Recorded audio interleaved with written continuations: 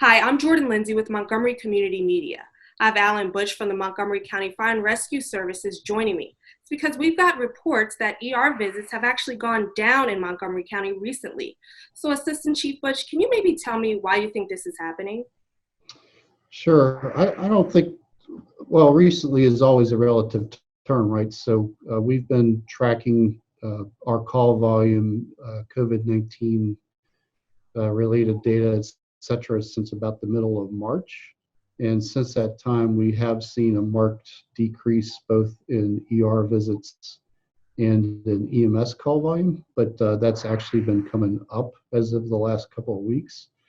So we believe what happened was the public actually listened to the advice to stay home unless they absolutely had to go to the hospital, and so that they avoided the emergency departments. We've seen this both anecdotally with patients having pretty serious conditions that weren't COVID-19 related, but refusing transportation because they were very worried about getting the infection at a hospital. So we call those folks the worried sick. And in some cases, we believe that those patients didn't even call us. And we have seen some increase in cardiac arrest activity where we believe that people waited too long. So one of the messages we want to get out is, hey, we're still here. If you are having a medical emergency, we want you to call 911 and we want you to seek care. We should not ignore symptoms of strokes, heart attacks, etc.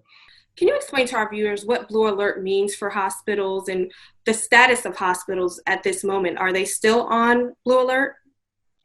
Yeah, so Blue Alert actually refers to Montgomery County Fire Rescue. It doesn't refer specifically to the hospitals. So normally we use Blue Alert as a signal to our providers that they're to transport patients to the closest appropriate hospital. And it's also signaled to the hospitals that we work with that we're really busy and we don't have a lot of resources. And so we can't honor their ordinary diversion requests. In the state of Maryland, there is a diversion system where hospitals can say, hey, we're really busy, or we lack specialty care resources like trauma or ICU beds.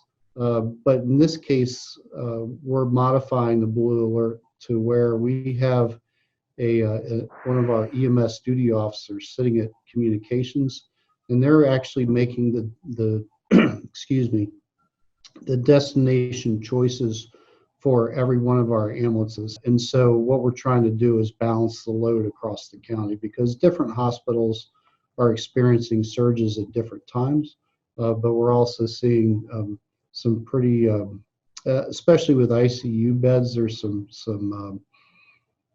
pretty heavy loads in different places.